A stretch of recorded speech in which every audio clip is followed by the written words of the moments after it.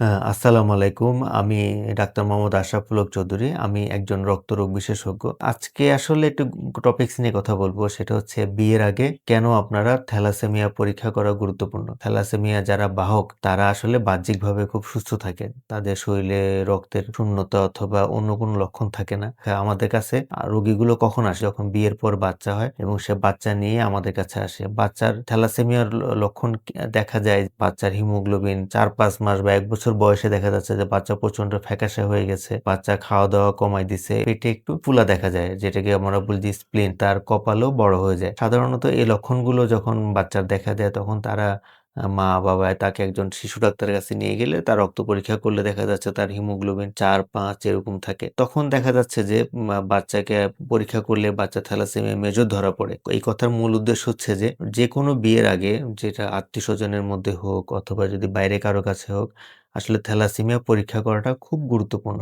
আমরা যদি থ্যালাসেমিয়া পরীক্ষাটি না করি, এই যে বিপদটা মাথার উপর চলে আসে যে বাচ্চাটার হঠাৎ করে এরকম থ্যালাসেমিয়া মেজরে আক্রান্ত হয়ে গেল। সুতরাং আমি যদি সুস্থ থাকি, আমার যদি মনে হয় যে আমার শরীরে রক্ত কম নেই, আমাদের যে সাজেশন সেটা হচ্ছে বিয়ের আগে আপনারা অবশ্যই থ্যালাসেমিয়া পরীক্ষাটা করে বিয়ে করবেন।